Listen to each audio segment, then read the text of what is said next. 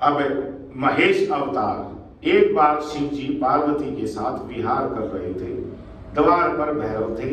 लीला विहार से उन्मुक्त होकर पार्वती जी बाहर जाने लगी तो भैरव ने विहार युक्त मन से उन्हें स्त्री के भाव से देखा तथा बाहर जाने से रोका। पार्वती जी ने उसके मनोभावों को पढ़ लिया और उसे श्राप दिया कि तू पृथ्वी पर जाकर मनुष्य बन जा। इससे भैरव पृथ्वी पर आकर बेताल नाम से प्रसिद्ध हुए। शंकर पार्वती भी स्नेह वश पृथ्वी पर अवतरित हुए। उस समय शंकर जी का नाम महेश हुआ और पार्वती जी का नाम शारदा पड़ा। इस प्रकार शिव जी ने अपनी अनेक लीलाएं की हैं। अब वृषभ अवतार। जब देवताओं और दानवों ने अमृत के लिए समुद्र मंथन किया तो अमृत की प्राप्ति पर देव दानवों से युद्ध छिड़ गया। त्रिलोकी में यह युद्ध देवासुर संग्राम के नाम से प्रसिद्ध हुआ। अमृत की बूंदों से कुछ सुंदर रमणियां भी उत्पन्न हुई। भगवान शिव की माया से उनके अनेक गुप्त अंग सुंदर रूप में प्रकट हुए। दैत्य इन रमणियों को पाताल में ले गए।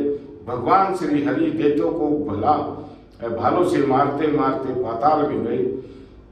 वहां पर उन्होंने इन सुंदर रमणियों को देखा और विष्णु जी ने इन सुंदर स्त्रियों के साथ रमण करके अनेक वीर पुत्रों को उत्पन्न किया।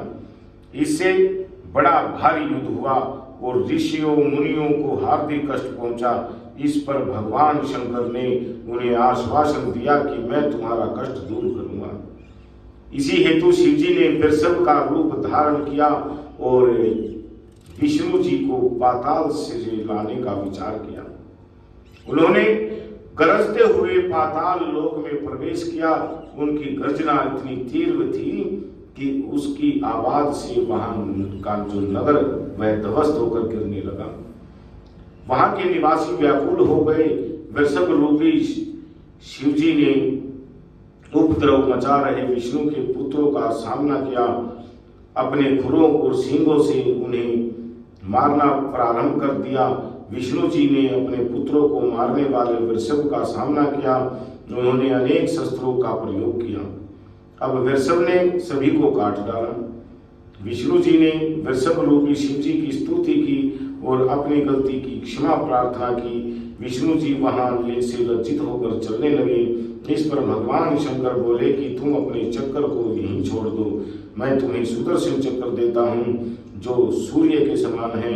उन्हें सुदर्शन चक्र प्रदान कर भगवान शिव कैलाश को चल दिए। विष्णु भगवान भी मोहों को त्याग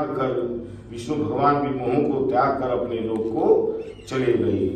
बोले शंकर भगवान की जय।